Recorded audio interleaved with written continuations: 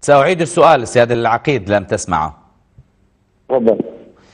سألتك ما هي خطة الثوار لإدارة المدينة حال تردي الوضع الإنساني أكثر؟ نعم أخي العزيز، نحن نؤمن الأخوة المواطنين بكل شيء، نؤمن أهلنا بكل شيء، بالخبز وبالغاز وبتنظيمهم على الأفران وبكل شيء. نحن في الأحياء المحررة نعمل عمل الدولة التي ترعى شعبها، وليست الدولة التي تقتل شعبها بهذا النظام المجرم. نعم.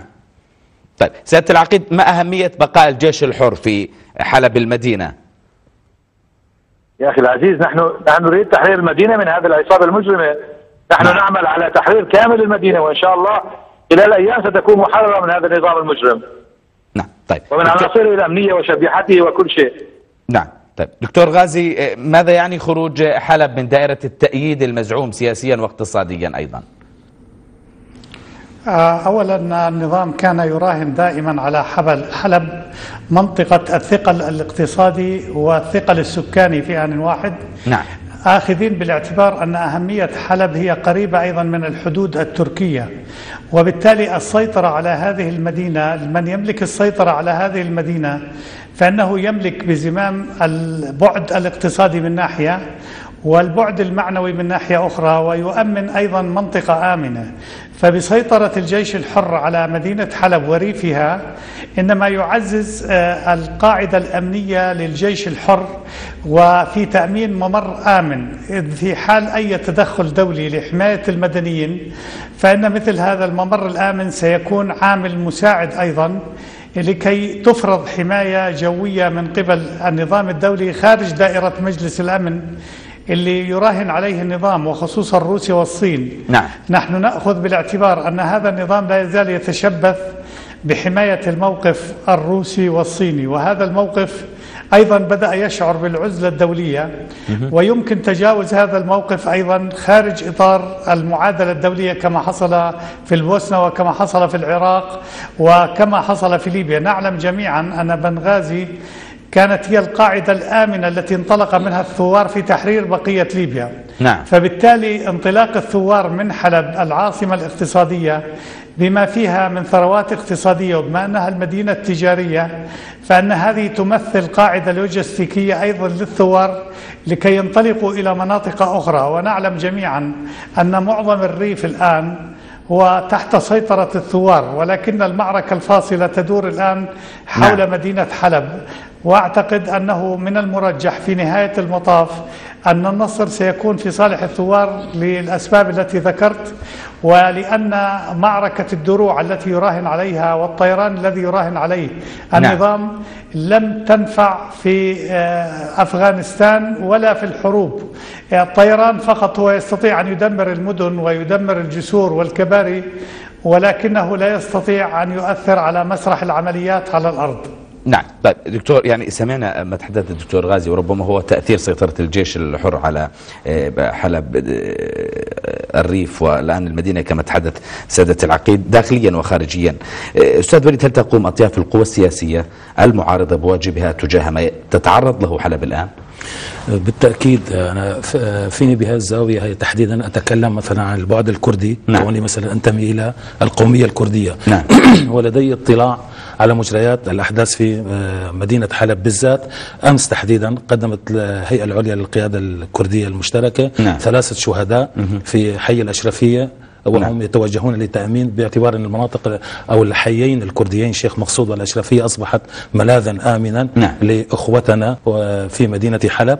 أثناء توجههم لتأمين مستلزمات الخبز أو الطحين إليهم تعرضت لهم مثلا نقطة عسكرية للنظام فاستشهد 3 وجرح أيضا بعض الأكراد. فبقناعتي حاليا في بداية حديثي أنا نوهت على نقطة جد مهمة، أن أنظار العالم كلها تتوجه إلى مدينة حلب وما سيتمخض عنها معركة حلب، لأن كل العالم أصبحوا بتصور أو لديهم قناعة ما سيقدم عليه النظام في حالات اليأس التي وصلت إليها.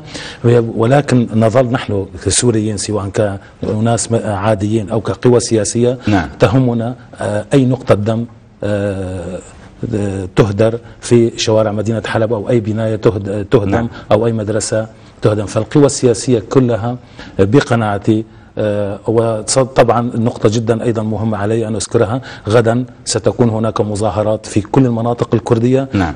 لنصرة أو لتأييد الهيئة العليا للقيادة المشتركة الكردية، وأيضا لنصرة مدينة حلب وأهالي حلب. طيب لو تحدثنا عن باقي أطياف القوى السياسية المعارضة، هل تقوم بواجبها الآن؟ بقناعتي الله يكون بعون المتصدين لآلة الطغمة العسكرية حقيقة في شوارع مدينة حلب. نعم. والله يشد من يكون في عونهم حقيقة.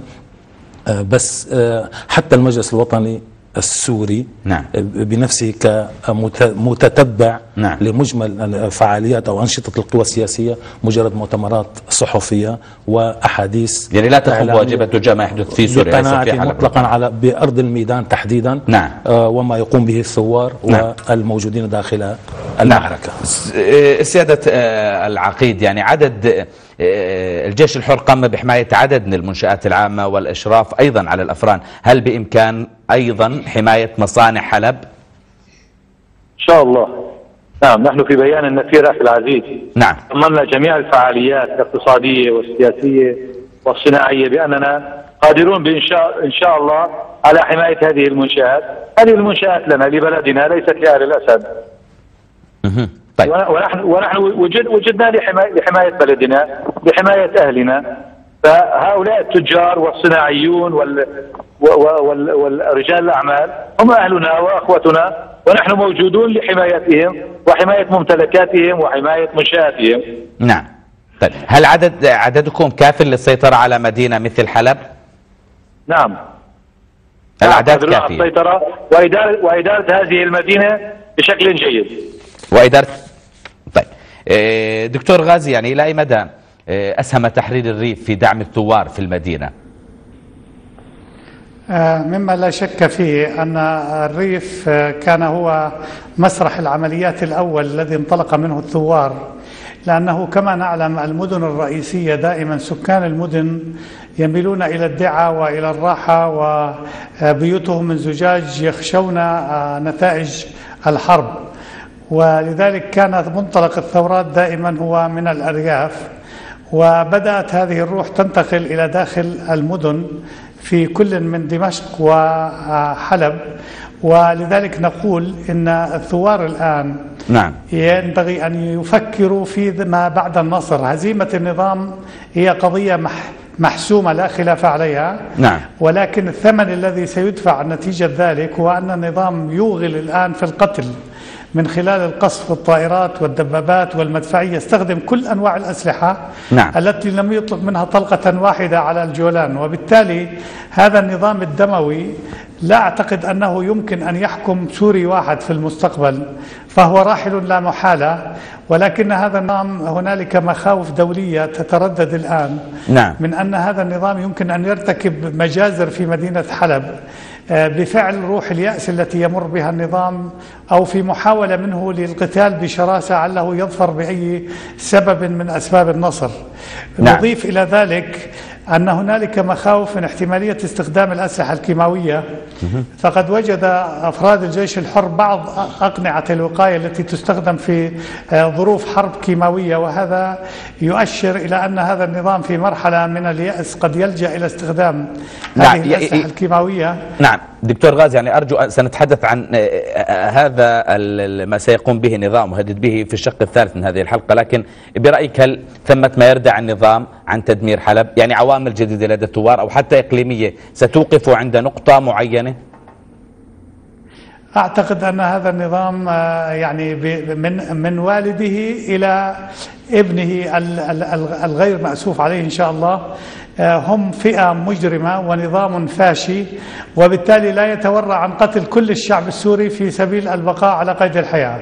ولذلك نعم. حاولت الجامعة العربية من خلال مؤتمر الدوحة نعم. أن تجعل له مخرجا حتى لا يقوم بمثل هذه المذابح، كما أن محكمة الجنايات لغاية الآن لم تقدم بشار إلى محكمة الجنايات بحجة أن سوريا لم توقع على اتفاقية مع هذه المحكمة.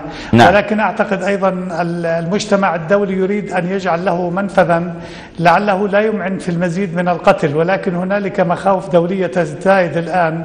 نعم. من أنه قد يقدم على مجزرة في حلب من خلال الإمعان في القصف مستخدما الطائرات على نطاق واسع. نعم. طيب دكتور أرجو أن تبقى معي أيضا. أستاذ وليد، المكونات الاجتماعية في حلب هل تساعد الثوار أم على العكس؟ بالعكس، بتصوري كافة المكونات الشعبية تحديدا كرديا فيني أؤكد أنهم من اللحظة الأولى كانوا مع الثورة، أو كانوا من العوامل أو من المجموعات التي شاركت والتي انطلقت الثورة من أحيائها. نعم. وحسب معلوماتي أيضا أن هناك في الأحياء الكردية لجان شعبية. هذه النقطة التي كنت أريد أن يتم تسليط الضوء، وأسئلتك سلطت الضوء نسبيا على هذا الجانب. المناطق المحررة إيجاد لجان شعبية تؤمن مستلزمات المعيشة ومستلزمات نعم. الأمن والراحة للناس المتواجدين هناك. طبعا الأحياء الكردية حاليا أبوابها مفتوحة، وهناك حركة انسياح أو لجوء كثيرة لتلك المناطق، ولجان شعبية نعم.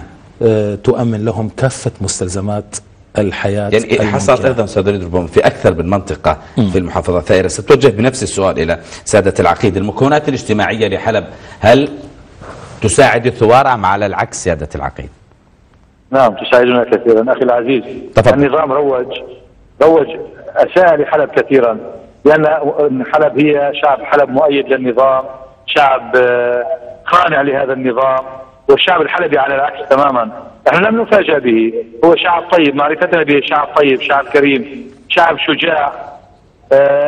يعني لم يفاجئنا باحتضانه للثوار، للجيش الحر، تقديم الماء وتقديم الطعام وتقديم البيوت وتقديم كل شيء.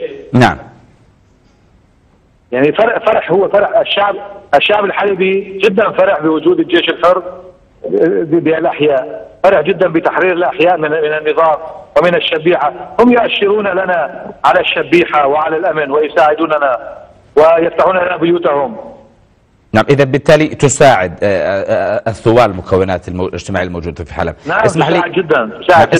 اسمح لي أن أشكرك سيادة العقيد عبد الجبار العكيدي قائد المجلس العسكري في حلب. شكرك على إثراء هذا الجزء من الحلقة. بعد الفاصل ينضم إلينا الناطق باسم المجلس الثوري في حلب وريف أبو عبد الله الحلبي. أيها الأفاضل، فاصل قصير بعده نتواصل، ابقوا معنا.